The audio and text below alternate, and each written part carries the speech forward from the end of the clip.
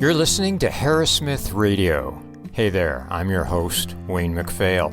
This episode is about how a Moroccan stamp entrepreneur became a fish magnate whose offspring are shipping fresh tuna right to your door.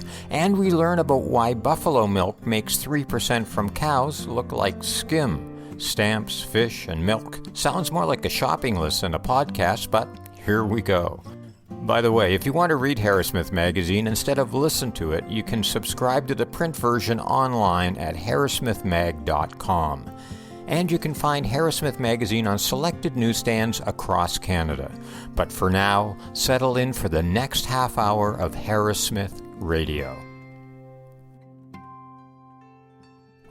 When Phil Behaim's father, Marc, first came to Canada from Morocco, he sold collectible stamps, tweezers, and anything else an avid philatelist could want.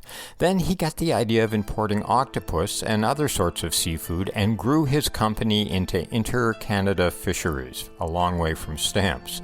Phil, now the CEO of the company, along with his brother and sister, run the shop and have turned their attention to delivering fresh seafood right to customers' doorsteps. No stamps involved. Here's our conversation about that journey, starting with the story of Phil's father. My father is originally from Morocco. He moved to Canada when he was 25. He was trying to find ways to make money in Canada. He eventually got into a publishing business in which he sold and wanted to retire in the Canary Islands of near Morocco. My mom at the time didn't like the idea of living in Europe and wanted to move back to Canada. My dad didn't know what to do, and his uncle at the time worked for a company that was selling Spanish and Moroccan octopus all over the world, and said, why don't you try to go back to Canada and try selling that product there. My dad said, I didn't even know people would eat octopus, let alone me trying to bring in one container of it and see how it goes. He tried it out, and there was a huge demand for it from the Mediterranean, immigrants that came to Canada at the time. And that's how Inter-Canada was born. So what publishing did he do? It's a really interesting story of going from being a publisher to being retired in the Canary Islands, then coming back and selling octopus. So was there any relationship at all to fish? What the company essentially was doing was they were getting the right to stamps from all over the world, from every country, and they would be the exclusive importer of those stamps for stamp collectors. And then from there, they started to offshoot into tweezers and all types of paraphernalia for stamp collectors. And that company did pretty well back in the day. What was it like back then trying to import octopus into Canada and getting it through all the regulations and everything that had to happen? Actually, back then it was pretty simple. It wasn't as complicated as it is now. The rules were far more relaxed than now. The government have become very, very strict on what we can bring into Canada and the allowable chemicals, the labeling. Back then the government would be the one to help you bring that product in. Now you need to know everything ahead of time, and if there's any violations of it, even unknowingly, they can restrict your license or completely ban that license for a year. So they're very strict now. Wow. Well, I want to talk more about that in a little while, but I want to still stay back with the history a little bit. So your dad started importing octopus from Morocco. How did he build the business in terms of the different kinds of fish, and how did he grow it from what would have been at the beginning, I guess, a relatively small operation to the operation you've got now? Yeah, when we first started, he was actually in our basement of the house with a couple of other employees. Yeah, he would essentially, when he first brought in octopus, he was a broker for a Spanish company that was catching octopus in Morocco. And, the margins were very thin at the time because he was just brokering the product. And then from there, it kind of spawned off into him finding other suppliers in Spain and Morocco that he could deal with directly. And so he started to work on dealing with those suppliers and then bringing that product in himself and actually selling to customers all over the U.S. and Canada. And then from there, it started to realize that, going directly to suppliers rather than through other companies that don't actually have a direct supply, you can actually have a competitive edge in Canada. So at the time, this is in the, let's say, the 80s, 90s, a lot of the fresh fish and a lot of fish in general was bought in Florida. We weren't that big of a market yet to bring in products directly from other countries. My father was actually the first one to realize that most of the products that were coming in from Florida were not coming from that actual region, but that was the hub for, let's say, Central America or South America. We had a lot of, let's say, salmon from Chile that was going into Florida and then shipped to Canada, where there was a lot of margins that were being had in that region. So my dad decided, okay, well, why buy from Florida? Let's go directly to the source in Chile. At the time, none of them spoke English, so my dad, speaking 6 languages, allowed him the ability to speak Spanish to the suppliers over there and buy directly. He was a big pioneer when it came to bringing products from Spanish-speaking countries and bringing them directly into Toronto. Wow. And selling all over Canada. So how did your dad come by 6 languages? In Morocco, it was an international city. There's a city called Tangiers where he lived, and that was a very popular port city. And you got Americans, you got all the Europeans that would come there and visit Morocco. He was a tourist for American Express at the time, so all the clients that were with American Express would use that credit card service to, I guess, travel to Morocco. They would go through the American Express tourist affiliation, which is where my father worked, and he would basically tour them across Morocco, and so that's how he picked up a lot of those languages. So what was it like for you guys? And when I say you guys, there's your brother Julian and your sister Michelle, right, that run the company now. Correct. So what was it like for you growing up, having at first like an octopus selling stuff going on in the basement of your house? And how did you guys relate to that? It's a good question. We were exposed to it on a daily basis. Most of the conversations were around fish and seafood, and on weekends while my friends would be going to each other's houses and having fun, my father would take us to the airport to go pick up the latest shipment of, let's say, fish from Mexico or from Ecuador. I mean, at the time when I was a kid, I didn't really like it. Actually, I prefer to hang out with my friends, but now being the age I am now, being 34, I really appreciate that, and so does my brother and sister. That it's in our blood. We were exposed to it, and we now are obsessed with anything to do with seafood. When did you guys, as the next generation, take over from your dad? Well, it's kind of still in transition at the moment. Like, my father still comes in every day. He even if he's sick or went to the hospital for a blood test, he still comes afterwards to the office. So he still loves to be exposed to it. But it started maybe about 5 years ago. I came back to the business around 10, 11 years ago. And so the real transition into the second generation started about 5 years ago. And we're still kind of slowly moving towards a full reliance on the second generation. So Phil, you said you came back into the business. What did you do before you came back in? Yeah, so I was kind of rebelling against the family business. My brother and sister, as soon as they got out of university, they went straight into to working for Inter-Canada Fisheries. But I kind of wanted to do my own thing for a bit, and so I moved to Calgary out of university, and I was in finance at the time. So I started working for CIBC World Markets over there, and basically working with the large corporate oil companies there. And it was a good experience, and it made me realize that I do prefer working for myself rather than for a large corporate company. So I'm glad I did it. I was there for about a year and a half, and my sister at the time said that there was a lot of things going on at the business, and asked me to come back, and that's what I did. I came back, and it was tough at first. The company wasn't doing so well. There was a lot of stuff going on and a lot of struggling with the old philosophy of how to run the business, and so it was a tough grind for the first 5 years, and now we're starting to see those fruits of our labor in full effect. So tell me a bit about that. What were the challenges that you were facing when you came back? It was very analog time. Nothing was really on computer.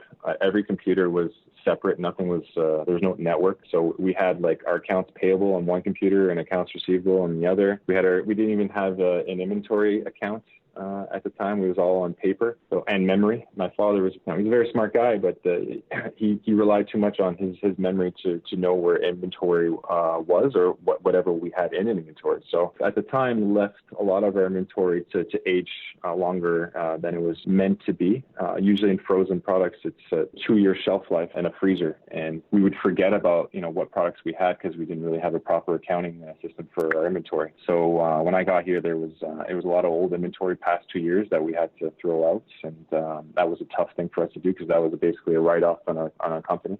Other than that, we had a lot of issues with staff stealing. We had another division that when we did financial investigations through me and another person we brought in, we found out that there was some partners that we had at the time that were stealing $500,000 worth of, we're cooking the books actually for $500,000 each year. We had old inventory, we had old practices, we had old trucks that were being that needed to be basically fixed and repaired on a weekly basis. So we just had a lot of things holding us behind. When we first came to the company, I took a huge pay cut, and so did my brother and sister, just make sure this company was financially viable. And we just had to fix everything before we can start from scratch. There was just a huge mess of things that happened at the time. So yeah, family businesses are never easy. The problem was more about the structure of the business than what we were actually selling. So we had to fix that structure. Once we had the legs of the table set up, then we can finally put things on top of that table. So let's talk a little bit about what you've put on top of that table, because one of the things that the piece in Harrowsmith focuses on, and something I'm really interested in, is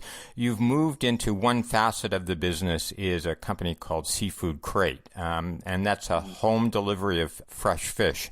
And if you were asking me, what would be the thing that would be the hardest to do in terms of a home delivery service, my answer would have been fresh fish. So, you're not delivering mattresses, right? You're delivering something that has to be extremely fresh. So why did you decide to go into that business, and how do you make it work? We've been selling to a lot of retail companies, and we found that with retail, they kind of have you by the cojones. They tell you what price they want and decide to whether they want to pay you or not at a certain date. And if they damage the product, then they charge you for it. So we decided, if we really wanted to get into retail, the best way to really focus is on selling directly to the consumer and giving them the best product that we believe is right for a consumer to eat. And those are the things that we eat ourselves.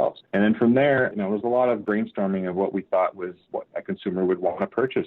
At the time, there were a few companies that were selling frozen products to consumers, and we weren't really impressed with the products that they were actually receiving at their homes. I actually ordered them myself, and I know that when it comes to frozen products, fresh product that gets frozen and then thawed again, for the most part, does not taste the same as fresh products being delivered to your door. We thought, if a consumer really cared about eating fish the way we hope that they can experience, which is as close as the high quality as possible, we really wanted to control that process. And so we decided, okay, let's send these consumers fresh fish to their door. And that was an exciting realization for our company. But then we realized, okay, there was a lot of issues on how to get that done. It's not as easy as selling frozen to someone's or sending frozen to someone's door where you can use dry ice. We had to get an actual cooler pack designed for that box. You can't use dry ice. You need to use a gel pack. And we were thinking about using bags with ice in it, but the problem with that is that it condensates when it thaws and that water leaks onto the product. So we had to use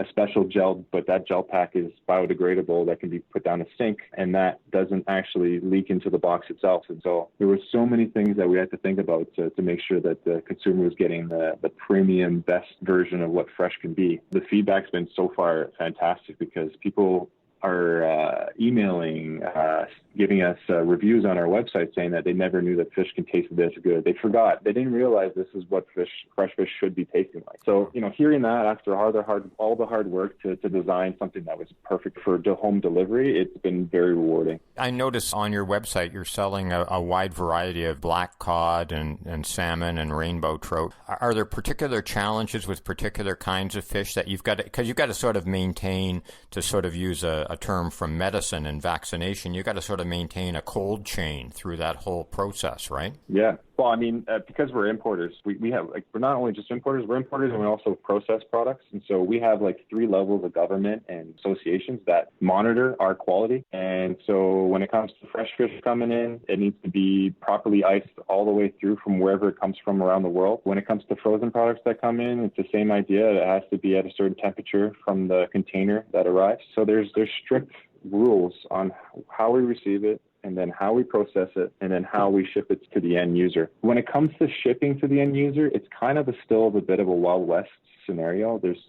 We all don't fully know how to properly do it, but we actually, our company, Inter-Canada, decided to call the CFIA consulting group and ask them for how to handle fresh fish being delivered to someone's door. And they gave us basically a 2-page report on how to do it properly. That's where we came up with the idea that it needs to be backpacked. The shelf life once you cut a fish open is usually 2 days, 3 days max, where when you backpack the product, it gives you a 7 to 10 day shelf life in the fridge. We basically designed this process to allow for you to really keep it as fresh as possible in your fridge at the highest quality.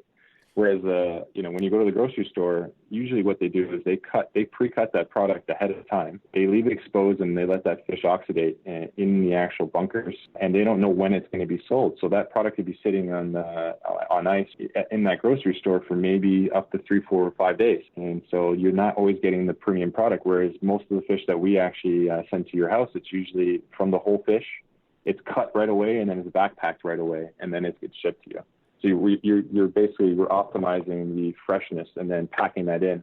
So you get that for about, at least 7 days in your fridge. So where do you ship to right now? We're trying to maximize the quality, and so we feel like we can only do that properly in Southern Ontario at the moment. It's very difficult to get a Canada Post or UPS to go further than that and guarantee us that the product arrives fresh and cold. And so we decided to stick with as far as St. Catharines on the west end, and on the east we're going as far as Ottawa, but mostly in Toronto and GTA is kind of our bread and butter so far at the moment. But as soon as we master this area and we learn how to find ways to ship further out, we will get into other places in Canada. So let's talk a little bit more about, because the piece touches on this, that you mentioned that one of the issues with fish in retail is that you don't know how long they've been the fish has been on ice, and it could be there 3-5 days.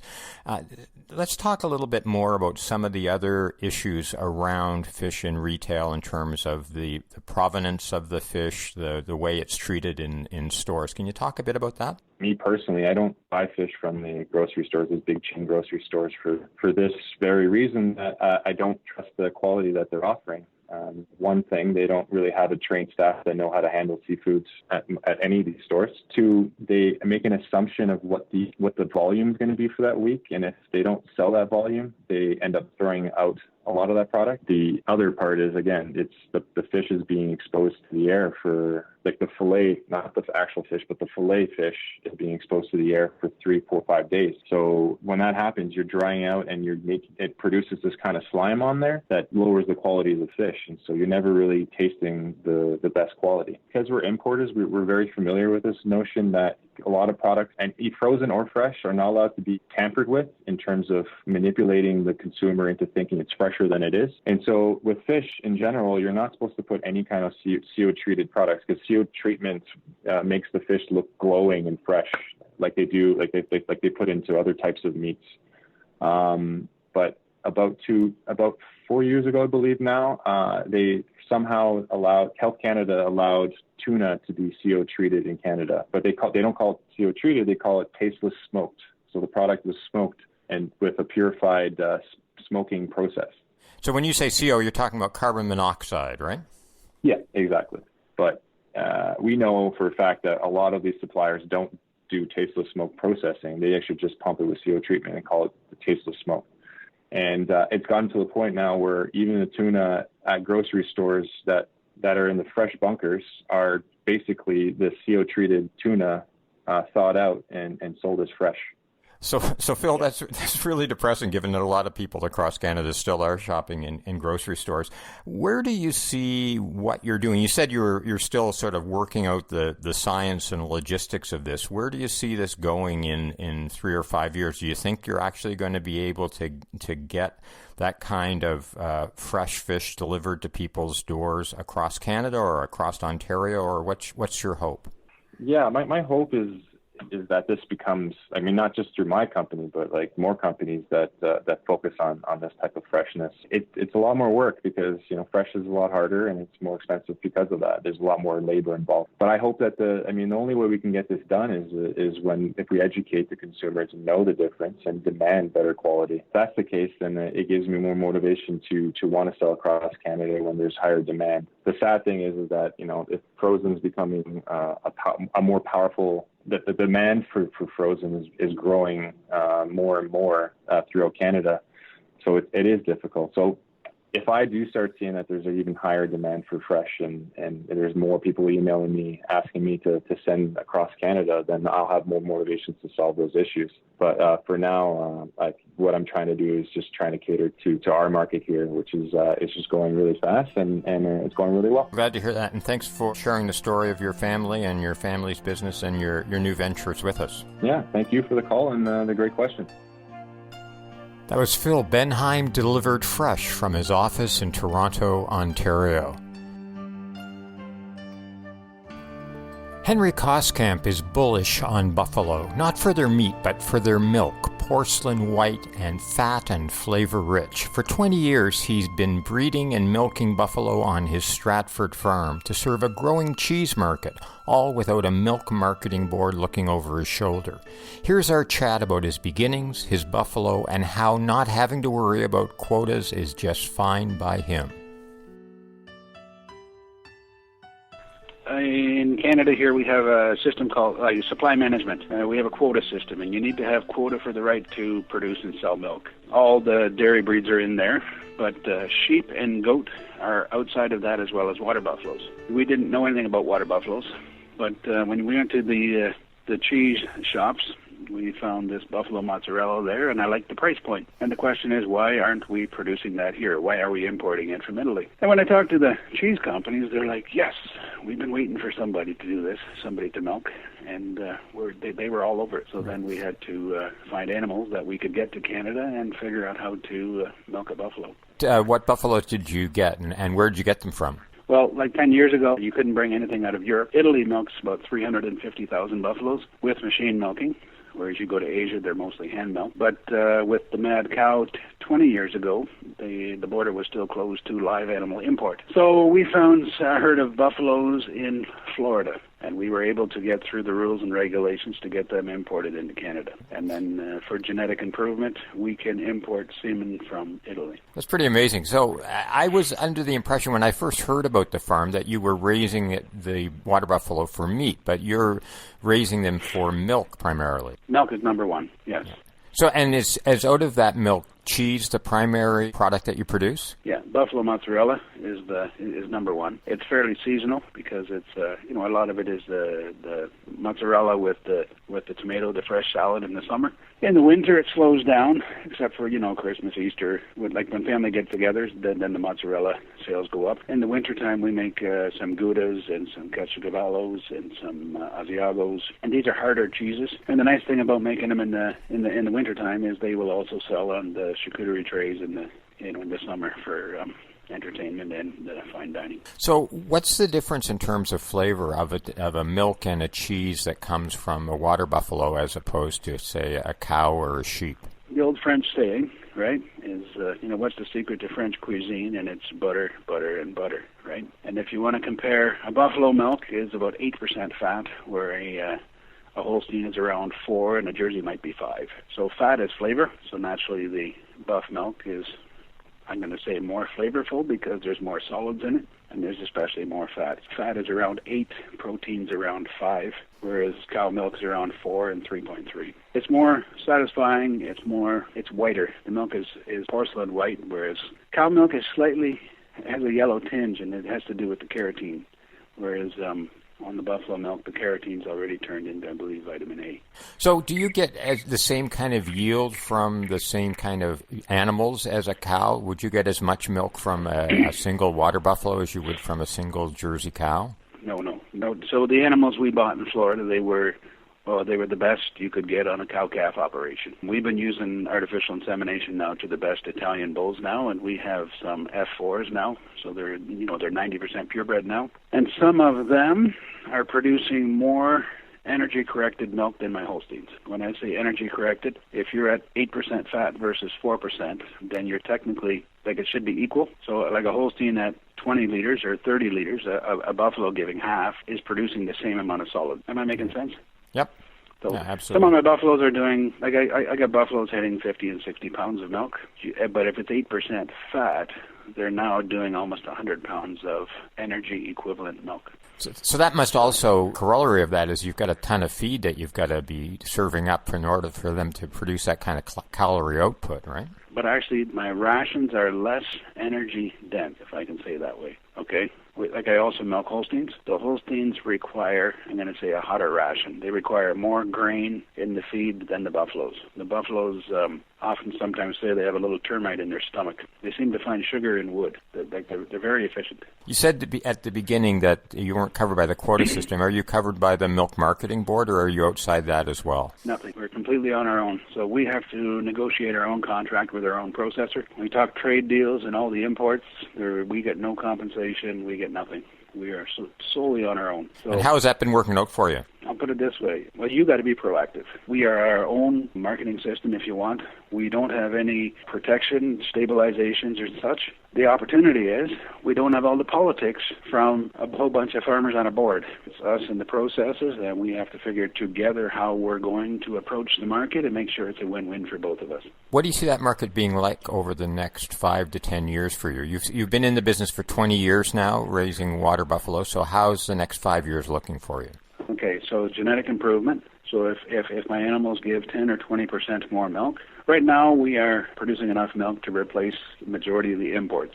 Going forward, I see maybe some milk being exported to the United States for some of the mozzarella producers there. The next one would be yogurts and fluid milk. We have 300,000 to 400,000 ethnic people in Toronto, which is 2 hours away. A lot of them are brought up on buffalo milk, and they'd love to have it. It will require a lower price point for us, but as the animals' productivity goes up and as our volumes go up, then you can pursue the next lower price market. So the opportunity is there. It just took time. Well, thanks very much for filling us in on the farm, and good luck in the next 5 years, sir. Sure, appreciate it. Thank you. Okay. That was Henry Koskamp at home where the buffalo roam. So, here we are at the end of this episode of Harrowsmith Radio. I hope you enjoyed it. If you did, please consider subscribing to this podcast on Apple iTunes or in your favorite podcast player. And please, tell your friends and family. Got feedback? We'd love to hear it. You can email us at letters@harrowsmithmag.com. That URL, harrowsmithmag.com, is also where you can order subscriptions online, and you can find Harrowsmith Magazine on selected newsstands across Canada. Until next time, for Harrowsmith Radio, I'm Wayne McPhail. And also, until next time, remember these 4 words: make, grow, sustain, share. Tune in for the next episode of Harrowsmith Radio.